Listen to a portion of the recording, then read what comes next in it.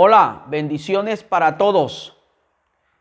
Mil bendiciones a todas las personas que de una u otra manera van a ver y a escuchar esta grabación.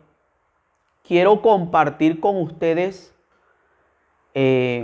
una palabra que la encontramos en el Evangelio según San Mateo. He estado analizando, estudiando muy detenidamente este hermoso texto y quiero compartirlo con ustedes. Lo encontramos en el Evangelio según San Mateo, capítulo número 4. Quiero que, si usted tiene su Biblia, pueda buscar en su Biblia y subrayar el texto. Quiero que estudie conmigo esta palabra. Hoy quiero hacerlo de una manera muy tranquila, muy espontánea, porque realmente el interés es que usted pueda estudiar esta palabra y que podamos mirar algunos detalles que está aquí en la escritura, que están ahí de una manera clara, y a veces por no tener el hábito, la dedicación, el detalle de poder estudiar con detenimiento.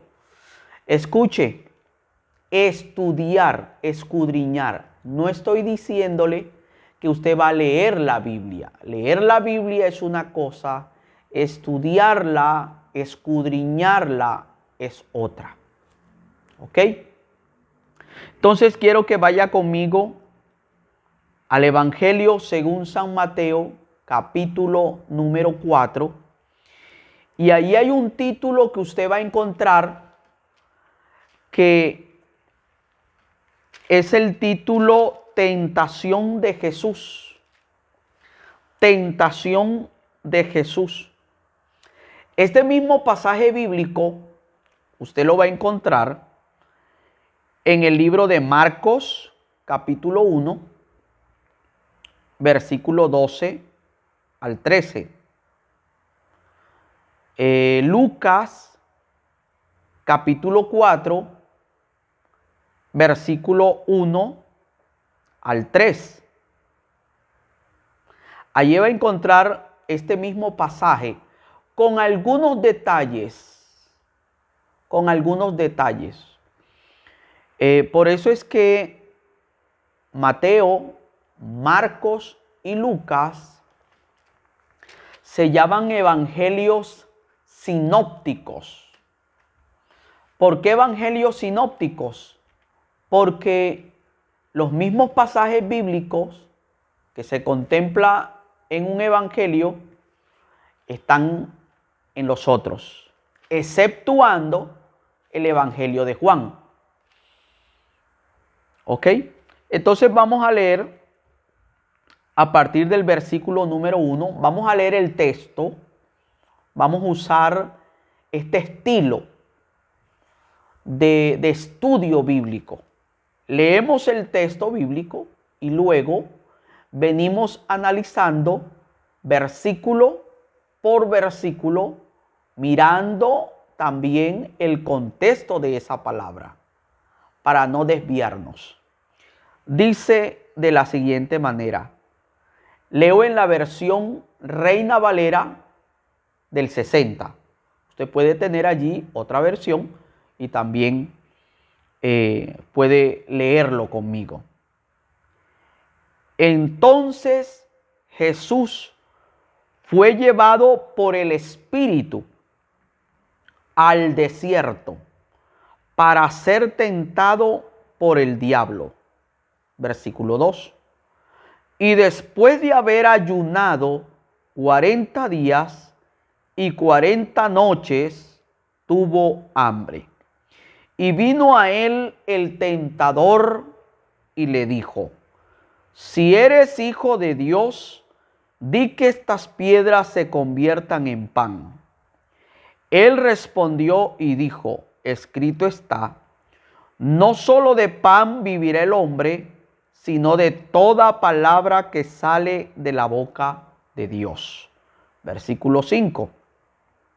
Entonces el diablo le llevó a la santa ciudad y le puso sobre el pináculo del templo y le dijo, si eres hijo de Dios, échate abajo, porque escrito está, a sus ángeles mandará acerca de ti, y en sus manos te sostendrán para que tu pie no tropiece en piedra. Jesús le dijo, escrito está también, no tentarás al Señor tu Dios. Otra vez le llevó el diablo a un monte muy alto y le mostró todos los reinos del mundo y la gloria de ellos. Y le dijo, todo esto te daré si postrado me adorares. Entonces Jesús le dijo, vete, Satanás, porque escrito está, al Señor tu Dios adorarás y a Él solo servirás.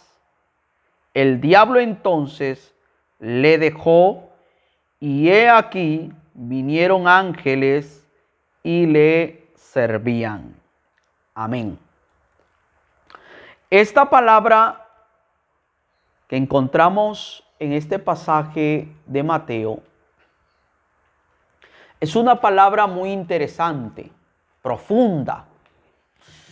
A menudo nosotros hemos leído y hemos pasado por esta escritura sin detenernos a observar, a preguntarle al texto, a profundizar, a mirar algunos detalles que pueden traernos una revelación y un conocimiento más certero.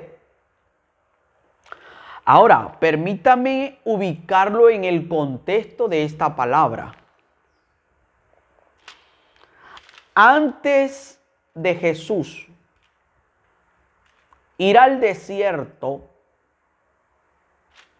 a tener ese tiempo de ayuno, de comunión con su Padre, de preparación. Antes miramos el contexto y vemos que Jesús venía del río Jordán, de ser bautizado por Juan. Recordemos ese momento. Juan está bautizando en el río Jordán al pueblo de Israel, a todos los que venían acercándose para ser bautizados. Y luego Juan ve que viene Jesús. Y él de una u otra manera percibe y recibe esa revelación de que ese hombre que venía era el Mesías, el Maestro, el ungido, el Mesías prometido. Es allí donde Jesús le pide a Juan que lo bautice, porque así conviene que se cumpla toda escritura. Juan, al conocer quién era Jesús, se opuso en el momento por tan grande privilegio. Imagínense, Juan el Bautista, bautizar a Jesús. Señor, yo no soy digno ni siquiera de desatar la correa de tu calzado. Jesús tiene que confrontar a Juan y decirle, Juan, así conviene que cumplamos toda escritura, porque Jesús vino a eso, a cumplir la ley. Él no vino a abrogar, Él vino a cumplir toda escritura. Él vino a poner el ejemplo. Ese bautismo era un bautismo para arrepentimiento. Y cualquiera se pregunta, pastor, Jesús tenía necesidad de arrepentirse. ¿Qué había hecho él? ¿Qué pecado había cometido para él bautizarse? Quiero comunicarles que ningún pecado, de hecho la Escritura así lo registra, que él fue tentado en todas las tentaciones, pero sin pecado. Pero Jesús, reintegro, vino a cumplir la Escritura. Él no había cometido un pecado, él no tenía necesidad de bautizarse.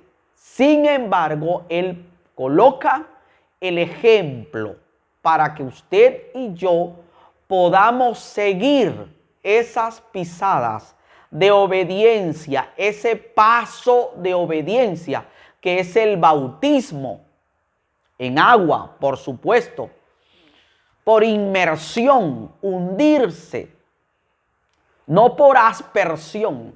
Ese bautismo por aspersión, aspersión es rociar agua en la cabeza. El bautismo bíblico es inmersión en el nombre del Padre y del Hijo y del Espíritu Santo, como lo registra Mateo capítulo 28, versículo 19 en adelante, la fórmula bautismal. Y Jesús accede, y es allí donde Juan le bautiza, y mientras Jesús se hunde en el agua y viene saliendo, la Biblia dice que hay una manifestación sobrenatural y poderosa. Y es que el Espíritu Santo en forma de paloma, óigase bien, no que el Espíritu Santo sea una paloma. El Espíritu Santo no es una paloma, no es un animal ovíparo que pone huevos, no. Está tomando la simbología de una paloma, tomando las características de una paloma, que es sencilla, símbolo de humildad, símbolo de paz, símbolo de sencillez. Y esa paloma viene y se posa en manera corporal sobre Jesús. Y luego hay una voz que se escucha desde los cielos. Juan la escuchó. Juan vio al Espíritu de Dios posar sobre la vida de Jesús de esa forma. Y la voz que se escucha es la del Padre, que dice: este es mi Hijo amado, en el cual tengo complacencia, en el cual se complace mi alma.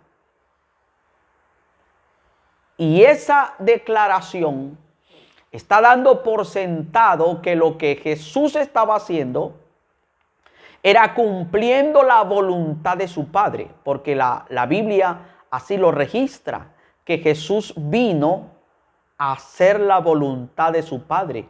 Él no vino a guiarse por su propia cuenta. Él vino a cumplir la Escritura, lo que estaba registrado de él, lo que el Padre había establecido.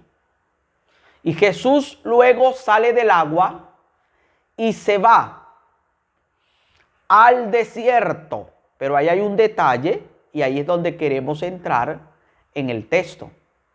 Cuando Jesús se va al desierto, la Biblia dice que el Espíritu, y Espíritu allí, en esta escritura, está con mayúscula. Y cuando el Espíritu está con mayúscula, se refiere al Espíritu Santo de Dios. Porque hay una gran diferencia entre entrar al desierto sin la guianza del Espíritu que ir en nuestras propias fuerzas. Y Jesús fue impulsado, llevado por el Espíritu de Dios al desierto, a tener un tiempo de oración, de comunión, de preparación. Escuche, Jesús en ese tiempo cuando se bautiza, tiene 30 años. 30 años en pleno uso de razón, con la edad cumplida ya para desarrollar el llamado, el ministerio de acuerdo a algunos principios judíos. Y Jesús se dirige al desierto guiado, que es muy clave esto, y quiero que usted lo subraye ahí en su Biblia. Guiado por el Espíritu de Dios. Mientras usted entre al momento de la prueba, de las dificultades, de las situaciones difíciles que puedan venir, que son símbolos del desierto, de la prueba, después que usted vaya bajo la guianza del Espíritu de Dios, usted regresará de allí en el poder del Espíritu Santo. Usted tendrá una victoria asegurada, porque usted no va en sus propias fuerzas. Usted no está en ese desierto de prueba y en esa situación difícil en sus propias fuerzas. Usted está bajo la guianza del Espíritu de Dios, bajo el revestimiento del poder del Espíritu Santo, y de igual forma el Espíritu lo va a regresar de una manera victoriosa. Jesús va a prepararse y va a tener ese tiempo de ayuno. Ahora, yo tengo que hacer unas preguntas aquí. Si Jesús, siendo el Hijo de Dios y Dios mismo en esencia, recordemos que en Jesús estaba algo que los teólogos llaman la unión hipostática. ¿Qué es la unión hipostática? Es que Jesús es 100% hombre, pero también es 100% Dios. Y en esa condición, como hombre, Él va a cumplir el llamado. Él va, bajo el poder y la guianza del Espíritu Santo, a hacer 40 días y 40 noches de ayuno. Pregunto, ¿Jesús tendría necesidad de ayunar 40 días para recibir poder, para iniciar su llamado y su ministerio? No, desde el punto de vista profundo en las Escrituras, indicando que Jesús también es Dios, llegaríamos a la conclusión que no. Sin embargo, vemos que Él, en calidad de hombre, tenía que entrar a depender exclusivamente del Espíritu de Dios. Y cada cosa que Él hizo, la hizo de una manera intencional. Escuche, la hizo de una manera intencional, cumpliendo la Escritura, pero también colocando un ejemplo. Y si Jesús hizo la práctica del ayuno para entrar en un tiempo de comunión con su Padre, de preparación ministerial, ¿quién es usted y quién soy yo para obviar estos pasos? Ahora, yo no le digo a usted que tiene que ayunar 40 días y 40 noches. No. Ese no es el punto. Que usted tenga que ayunar 40 días y 40 noches. No.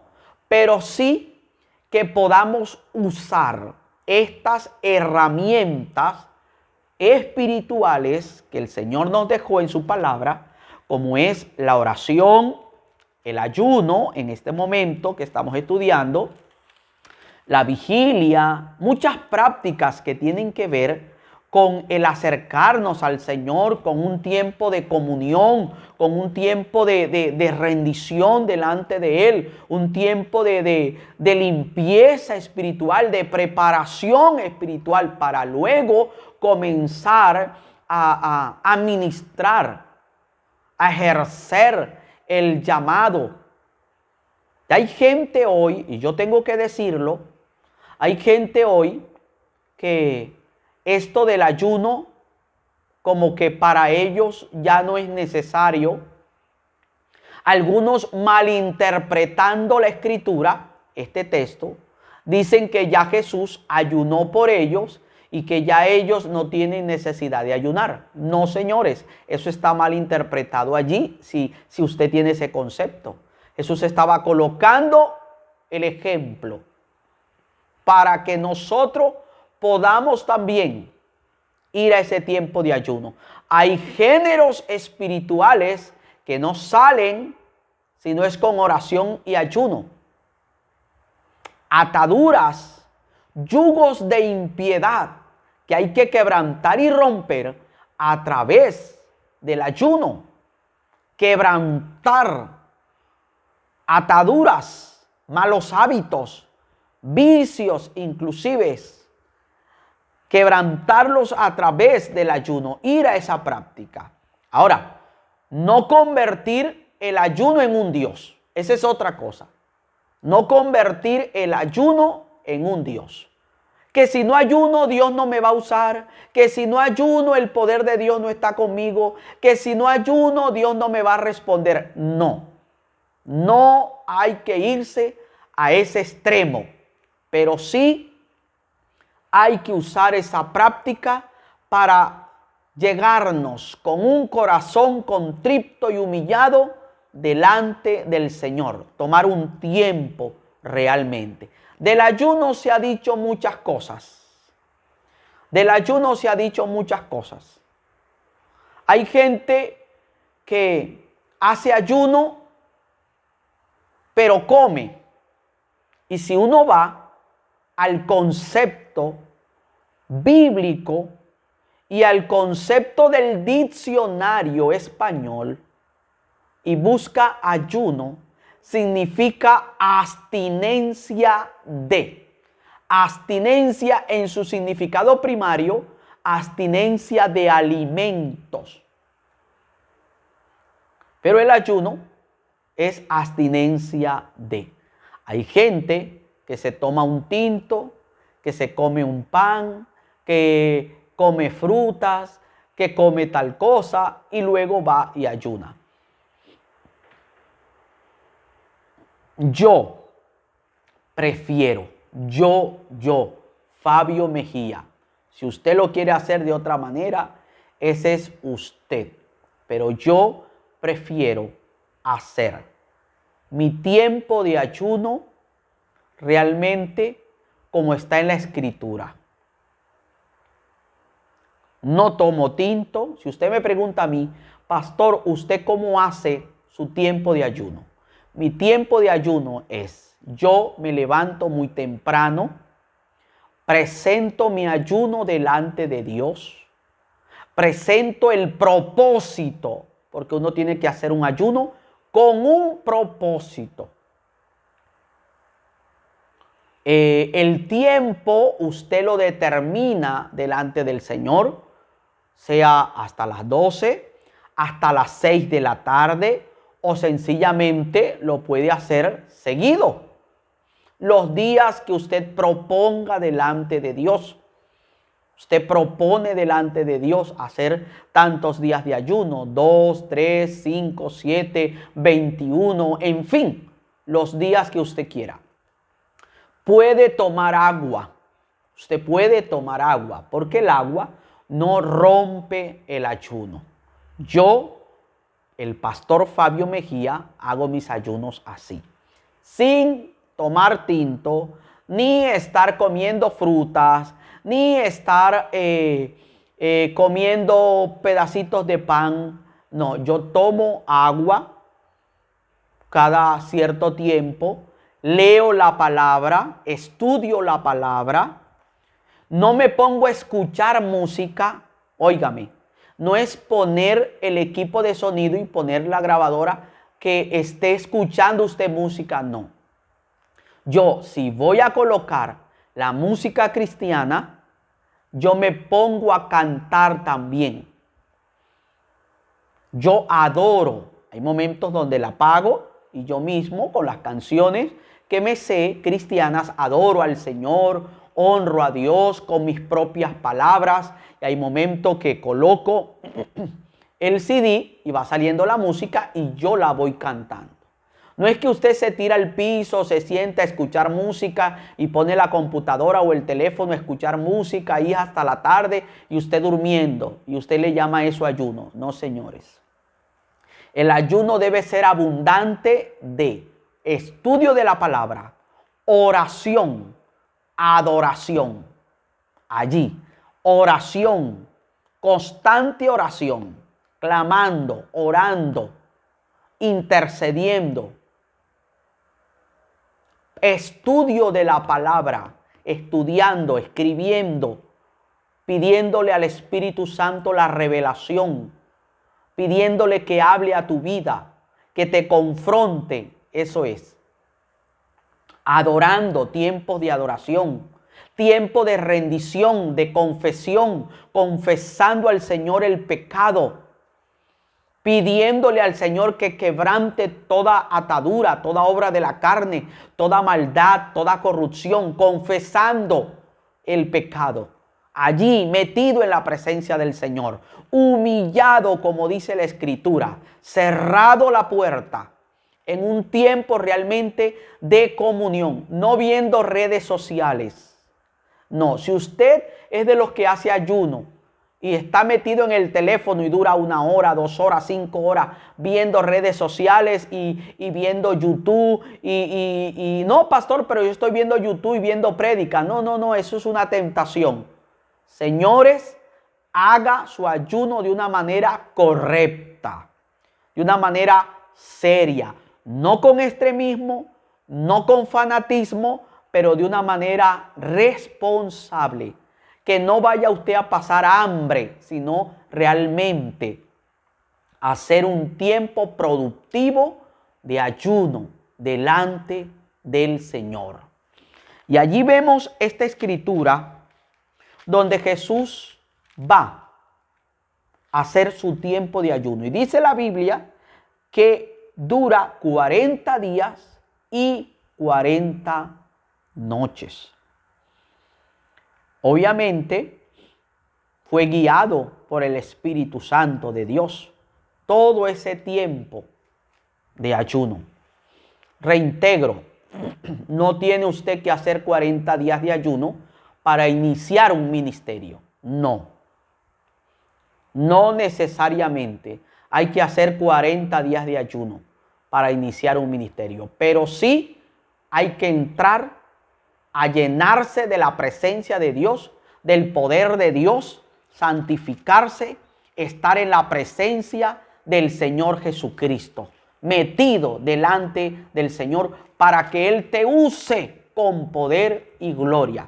Ya que la Biblia dice, y recibiréis poder cuando haya venido sobre vosotros el Espíritu Santo y me seréis testigos. Óigame, nadie puede ser testigo del Señor Jesús, de las maravillas del Señor, si antes no es lleno del Espíritu Santo de Dios. Esa sí es una regla bíblica, ¿oyó? Esa sí es una regla bíblica, eso sí no se puede obviar. Usted, antes de salir a predicar, de ir a predicar y de ir a hacer la obra de Dios, primero tiene que ser lleno del poder de Dios, de la gloria de Dios, para que usted sea efectivo como un instrumento de Dios, para que Dios te use con poder y gloria y la gente pueda recibir un evangelio transformador. Y el Espíritu Santo, el encargado de redarguir los corazones de pecado, de justicia y de juicio. Pero usted y yo tenemos que ser un vaso lleno del Espíritu Santo de Dios. Que Él nos guíe, que que Él nos oriente y que Él nos lleve. Sigue diciendo esta escritura. Y después de haber ayunado 40 días y 40 noches, tuvo hambre. Mire lo que dice el versículo 2. Y después de haber ayunado 40 días y 40 noches, tuvo hambre. La Biblia no dice que tuvo hambre a los 10 días, a los 15, a los 20, sino después de haber ayunado. Mire los detalles, lo estoy haciendo de una manera intencional, el estudio, deteniéndome, preguntándole al texto, haciéndome preguntas, tratando de darle el espacio al Espíritu Santo para que Él traiga la revelación, la profundidad de la palabra. Después que Él hizo su tiempo de ayuno, entonces tuvo hambre. Y allí es muy clave porque quiero que usted se detenga en el versículo número 3. Y dice, y vino a él el tentador y le dijo, si eres hijo de Dios, di que estas piedras se conviertan en pan. La Biblia no dice de qué manera, de qué forma vino el tentador. Si en el pensamiento, si una voz interna, si algo externo, si se le apareció en forma de serpiente. No dice. Lo cierto es que vino ahí el tentador. Después que Jesús había ayunado 40 días y 40 noches, tuvo hambre. Subraye, eso es clave. Tuvo hambre y vino el tentador.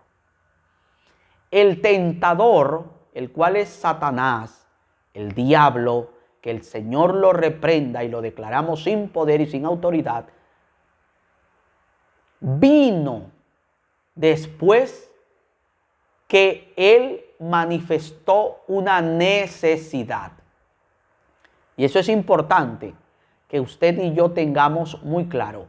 El enemigo siempre va a venir a tentarnos cuando hay una necesidad, cuando hay un faltante. En este caso, el enemigo vino cuando Jesús tuvo hambre física, partiendo del principio literal del texto, ¿no? Partiendo del principio literal del texto. Porque usted después de 40 días sin comer, lo que obviamente quiere es comer. Y tuvo hambre Jesús, físicamente hablando, ganas de comer, de fortalecer su cuerpo. Y el enemigo viene para tentarlo allí. Entonces ahí sacamos un principio. Cómo la astucia del enemigo, cómo él viene, cómo él entra de una manera astuta. Siempre va a venir cuando usted tiene una necesidad. Llámese en cualquier ámbito, físico, emocional, sentimental, espiritual, de lo que usted quiera. Pero él siempre va a llegar cuando usted tiene un faltante para él hacer el ofrecimiento.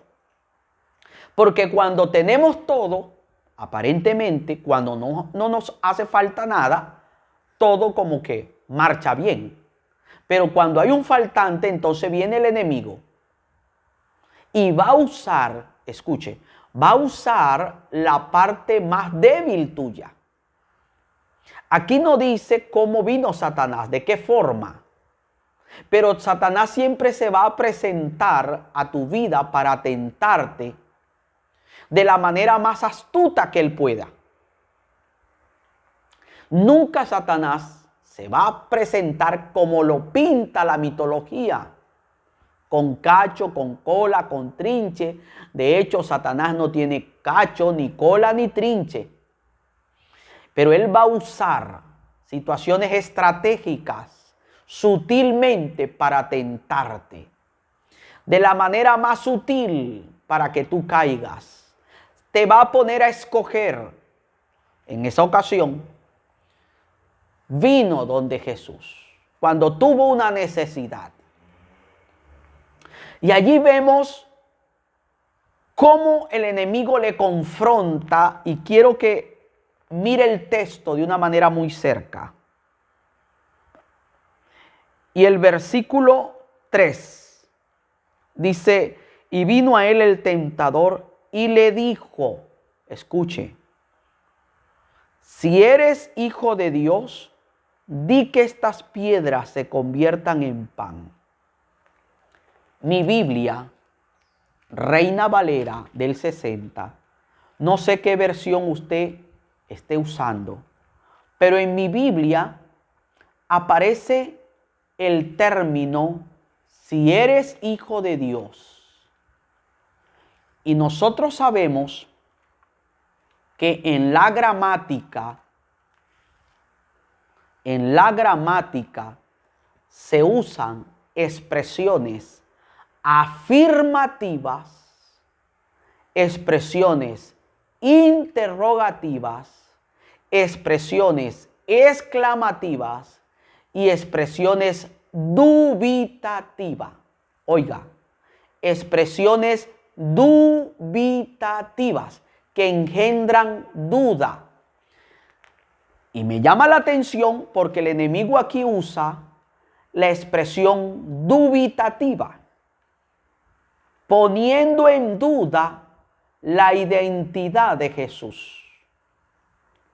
Dice, si eres hijo de Dios, gramaticalmente el texto está expresado de una manera que engendra duda. Si fuera afirmativa, estuviera el texto sí, con la tilde, la i, una coma, si eres hijo de Dios. Esa es una expresión gramaticalmente hablando afirmativa. Pero aquí está poniendo en duda, dubitativa. Mire cómo llega Jesús nuevamente, cómo llega el enemigo, el tentador a Jesús, para tratar de ponerle en duda a Jesús de quién él era realmente. Para poner en duda su identidad como hijo. Imagínense, señores, si Jesús hubiese convertido las piedras en pan, la salvación y la redención del ser humano se hubiera perdido. Así como usted lo oye. Si Jesús hubiese convertido las piedras en pan, Jesús estuviera poniendo en duda quién él era. Porque Jesús no tiene necesidad de demostrarle a nadie con milagros quién él es. Porque Jesús está seguro de que él es el Hijo de Dios y él es Dios mismo manifestado en carne en esta tierra. Entonces Jesús fue probado también allí en su identidad como hijo. Y el enemigo va a tratar de ponerte en duda, de que tú dudes si eres hijo de Dios o eres hija de Dios, por circunstancias que él va a poner a tu alrededor. Y en muchas ocasiones el enemigo ha venido a través inclusive de pensamientos, de personas, de situaciones, a ponerte en duda tu identidad de un verdadero hijo de Dios, tu identidad de una verdadera hija de Dios. ¿Y por qué me sucede esto a mí? Si es que yo soy un hijo de Dios, ¿por qué me vino este problema? Si es que yo soy una hija de Dios, ¿por qué me vino esta enfermedad? Si Dios está conmigo, ¿por qué esta situación? Para tratar de confundirte y poner en duda. Tú no tienes que demostrarle nada a nadie de que tú eres un verdadero hijo de Dios. La Biblia dice, por su fruto los conoceréis. Lo que tú haces, lo que tú expresas, lo que tú dices, eso habla de ti. Punto. No tienes que ponerle a prueba ni demostrar a nadie. Pero el enemigo llega de esta manera para tratar de dañar el plan de Dios. Recordemos que el primer Adán falló y el segundo Adán es Jesús. Y el primer Adán falló, cayó. Pero luego la palabra tenía que presentar al postrer Adán, al segundo Adán, en carne, como hombre. Jesús fue tentado en todo, dice la Biblia. Jesús fue tentado en todas las tentaciones que un ser humano pueda pasar en esta tierra. Llámese cualquier área. Y fue tentado como hombre. Pero Jesús nunca cayó en el pecado. Nunca cedió a esa tentación. Y aquí sacamos entonces una conclusión y una tesis, un principio bíblico. ¿Y cuál es el principio bíblico? Que la tentación no es pecado. La tentación no es pecado. Pecado es ceder a la tentación. Cuando usted cede a la tentación, cuando usted cae en esa tentación, entonces pecó. Pero si usted está siendo tentado, pero usted se mantiene firme en dominio propio, en obediencia y no cede a la tentación, no pasa nada. Jesús fue tentado en todo, pero él nunca cayó en ninguna tentación. Él nunca pecó. La gran diferencia entre nosotros los seres humanos y Jesús. Y siendo Jesús 100% hombre, porque Jesús fue tentado allí como hombre. Pero recordemos que él venía guiado por el Espíritu de Dios en una dependencia total del Espíritu Santo. Es allí la importancia. Y quiero que usted anote esto.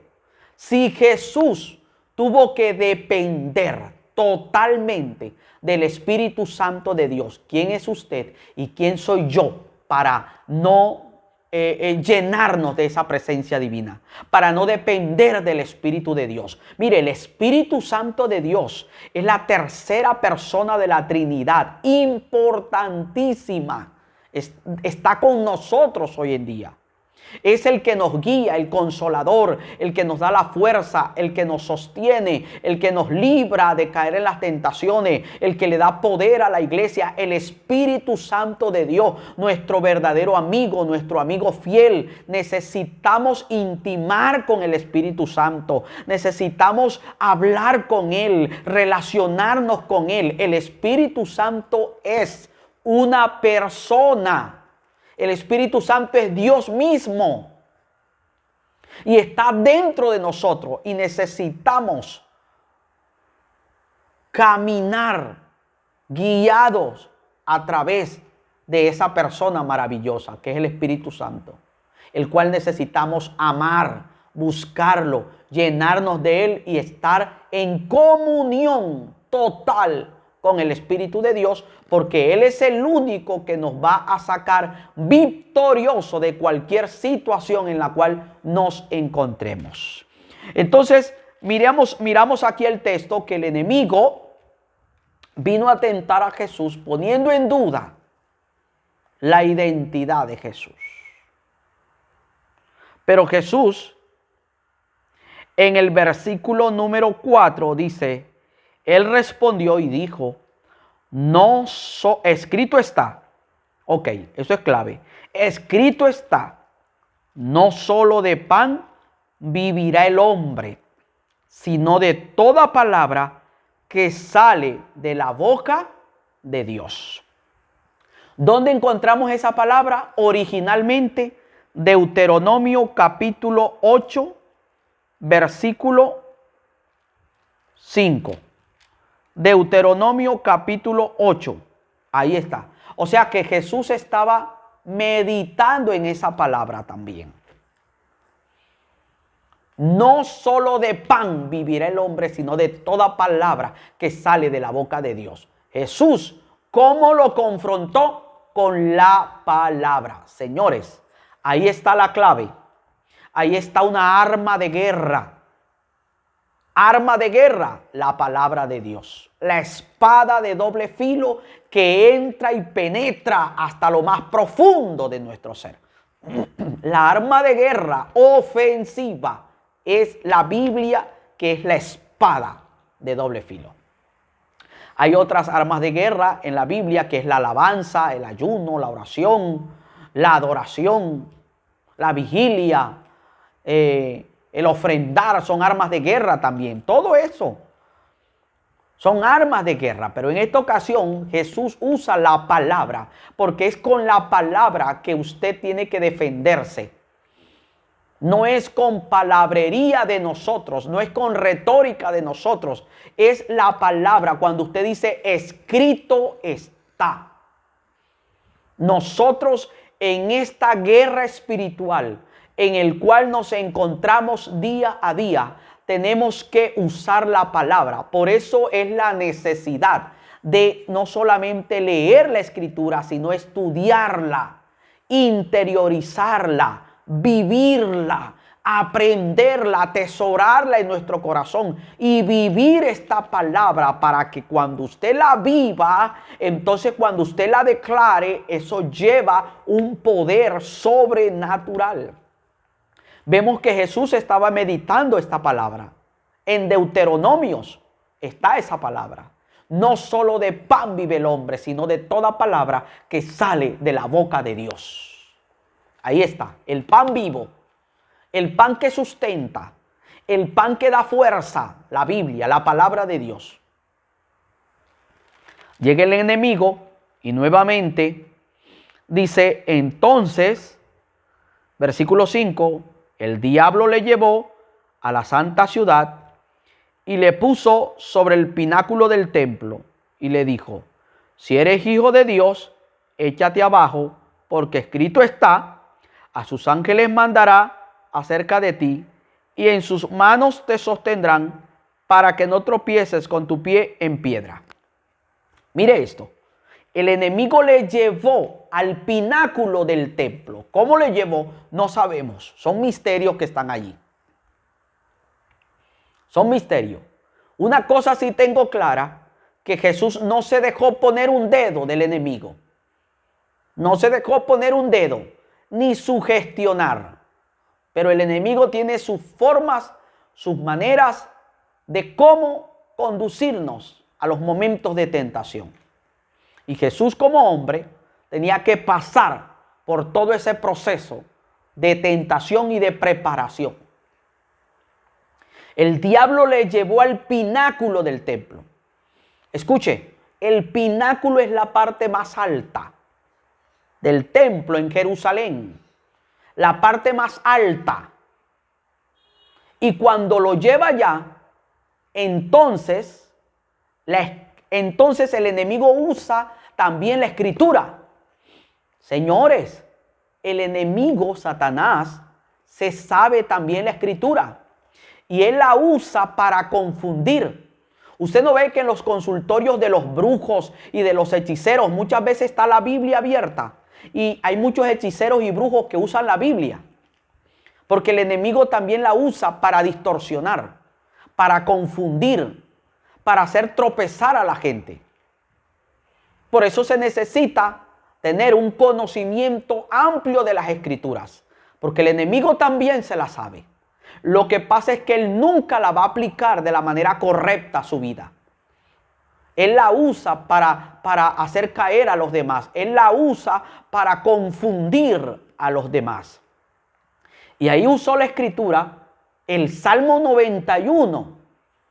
El Salmo 91, la escritura que muchos tienen en sus casas, en la Biblia, que ponen la Biblia en el Salmo 91, en el rincón de su casa y tienen la hoja amarilla en el Salmo 91, o ponen la Biblia debajo de la almohada. Bueno, el enemigo, Satanás, usó esa expresión que está en el Salmo 91 y se la dijo a Jesús, tírate ahora. Tírate porque los ángeles vienen y te toman en sus manos y tu pie no tropezará en esa piedra. Pero quiero hacer una aplicación aquí. Escuche esto. Escuche esta palabra. El enemigo lleva en la tentación a Jesús al pináculo del templo. El pináculo es la parte más alta, la parte arriba del templo. Pero luego cuando lo lleva, le dice, tírate. Aplico esta palabra. Cuando Satanás es quien te promociona, él mismo te tira y te destruye. ¿Me entendió? ¿Recibió esta palabra? Cuando Satanás es el que te sube, cuando Satanás es el que te promociona, porque el enemigo también promociona. Mira, subió a Jesús al pináculo del templo, a la parte más alta, porque Satanás también da puestos, Satanás también da lugares, Satanás también promociona, pero cuando él promociona, entonces él te tira y te hace suicidar y te destruye.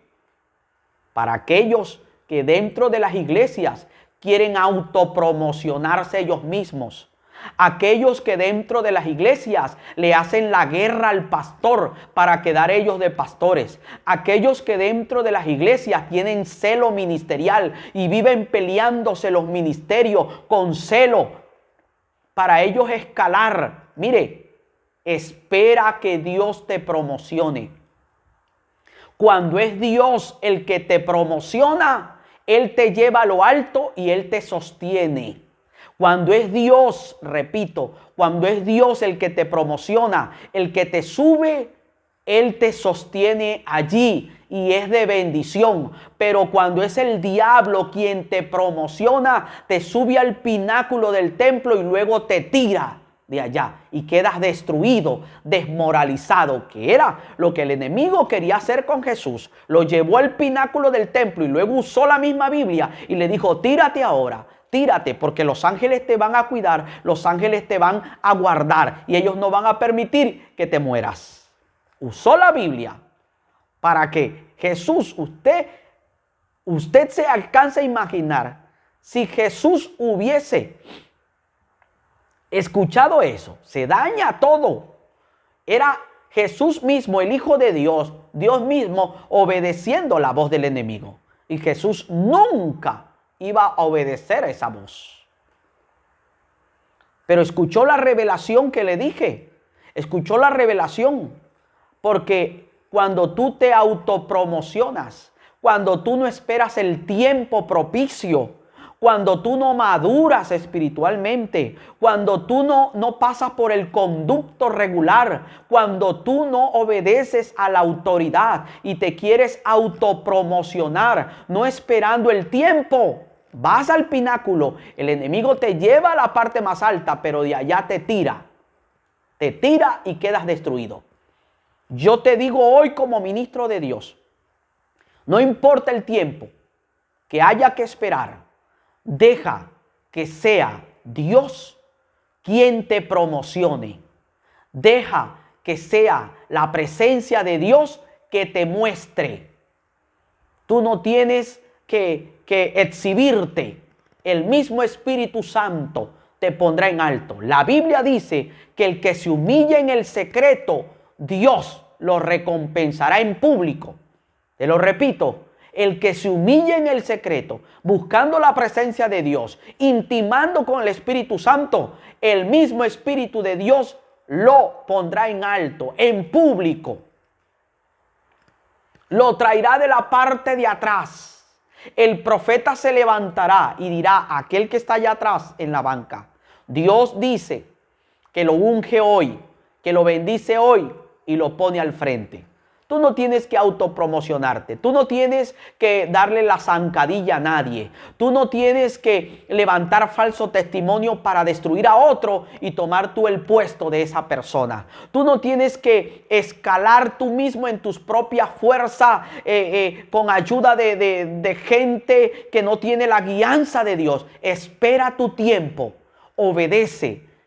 Sujétate a la autoridad. Busca la presencia de Dios, santifícate y Dios te pondrá en alto. Recibe esa palabra. Sigo diciendo, mire todo lo que está aquí en esta palabra reveladora. Versículo número 5. Entonces el diablo le llevó a la santa ciudad y le puso sobre el pináculo del templo y le dijo: si eres hijo de Dios, échate abajo, porque escrito está: a sus ángeles mandará acerca de ti, y y en sus manos te sostendrán para que tu pie no tropiece en piedra. Versículo 7. Jesús le dijo, escrito está también, no tentarás al Señor tu Dios. La palabra que usó Jesús, la palabra. Escrito está también. Refuta con la palabra. La palabra es el arma de guerra. No tentarás al Señor tu Dios. Ahí estaba Jesús declarando al enemigo la palabra correcta, la palabra verdadera. Otra vez le llevó el diablo, porque él no va a descansar, porque el enemigo va a usar cualquier situación para cumplir su objetivo, pero no podrá, porque Dios nos defenderá y estará con nosotros en medio de nuestras pruebas. Otra vez le llevó el diablo a un monte muy alto y le mostró todos los reinos del mundo y la gloria de ellos, y le dijo, todo esto te daré si postrado me adorares. Mire lo que usa el enemigo también. Ahora usted se pregunta, ¿por qué el enemigo le muestra a Jesús las riquezas de este mundo, la gloria de las naciones, y le dice, yo te voy a dar todo esto si te postras y me adoras? Porque recordemos que el hombre en el huerto del Edén le entregó al enemigo el señorío de esta tierra. Y Satanás gobierna en el segundo cielo, primer cielo y la tierra. No en el tercero. En el tercer cielo está el trono de Dios. Pero el enemigo fue expulsado de allá por su rebeldía. Porque la rebeldía, la envidia son principios satánicos. Y él fue lanzado de allá. Pero él gobierna en el segundo cielo, donde están las huestes espirituales de maldad, primer cielo, y aquí en la tierra. Y como el hombre desobedeció y pecó en el huerto del Edén, entonces nosotros los seres humanos le entregamos a él el poderío y la gloria de esta tierra que Dios nos las había entregado a nosotros. Pero por nuestra desobediencia y pecado se la entregamos a él. Y por eso es que el enemigo entonces dice, todo lo que hay en este mundo es mío y yo te lo entrego si te postras y me adoras. Porque Satanás tiene un deseo frustrado. Óigame bien. Satanás tiene un deseo frustrado y es que lo adoren a él. Él pide culto, él pide adoración, él pide rendición, porque ese es el deseo frustrado que él tenía cuando estaba en el reino de los cielos. Cuando él se llamaba Luzbel, el arcángel de luz. Recordemos eso. Recordemos que él estuvo en el tercer cielo, en el reino de Dios. El encargado de la alabanza. El que tenía vestiduras de piedras preciosas. El arcángel hermosísimo. Era un arcángel con mucha autoridad, con mucho dominio. Pero la Biblia dice que de él salió maldad por las contrataciones, su corazón. Ahora, ¿por qué pudo ocurrir todas esas situaciones? Son misterios, uno no se explica cómo el mal, cómo el pecado entró al reino de los cielos y cómo ese arcángel concibió eso. Y aquí hay unos misterios bien grandes. Ahora, usted me puede preguntar, pastor, ¿por qué ocurrió eso? ¿Cómo ocurrió eso? Repito, es un misterio. Yo no sé cómo explicarle que en el reino de los cielos se concibió ese mal pensamiento, ese arcángel, la envidia, el querer ser como Dios, el querer desplazar a Dios, la maldad, la corrupción, la inmoralidad, el orgullo nació en ese arcángel. El misterio de la maldad. Lo que puedo decir es que los ángeles, los arcángeles, querubines, serafines y todos fueron creados con libre albedrío. Ellos no son robots. Los ángeles no adoran a Dios porque están programados para adorar a Dios. No, ellos lo adoran por su libre albedrío, porque ellos les nace, porque ellos quieren, porque de su voluntad nace adorar al Rey de Reyes y Señor de Señores. Pero Satanás, ese arcángel de luz, se rebeló, no quiso adorar más. Porque para que la adoración tenga el verdadero sentido, la adoración no puede ser obligada. La adoración no es obligada, la adoración es espontánea. Nace de un corazón rendido a la presencia de Dios. Con el libre albedrío de honrar a Dios, de reconocerlo como el Señor, como el Salvador, como el Dios Todopoderoso. Yo me rindo delante de Él y decido adorarle porque Él es mi Dios y mi Señor. Pero Luzbel decidió no adorarle y entró en rebeldía. Señores, mire lo que les voy a decir. Por eso es que la rebeldía es satánica, es un principio satánico. La prepotencia, el orgullo, la envidia son principios satánicos. Y oído con esto, porque esto es bien serio, cuando hay rebeldía, cuando hay orgullo en el corazón de la gente, es un principio satánico que está allí. Y Satanás, no conforme con eso, contaminó la tercera parte de los ángeles del cielo. La tercera parte. Señores, ¿cuánto es la tercera parte? Millares y millares y millares y millares y millares de ángeles. Los convenció. ¿Cómo los convenció? Dañándoles el corazón también. Dañándoles, poniéndolos en contra de Dios. ¿Sabe qué? La división es un principio satánico. La división es un principio satánico. Cuando usted entra a dividir los hermanos, cuando usted daña el oído de los hermanos dentro de la iglesia, cuando usted siembra cizaña, fue lo que Satanás hizo en el reino de los cielos con la tercera parte de los ángeles. Comenzó a sembrarle cizaña a los ángeles, a ponerlos en contra de la autoridad, en contra de Dios.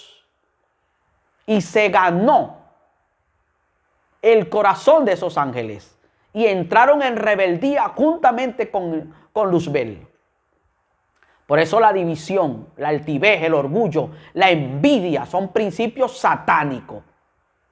Si usted está en esa situación, mire bien qué es lo que está haciendo. Y son una de las cosas que ocurren dentro de los ministerios.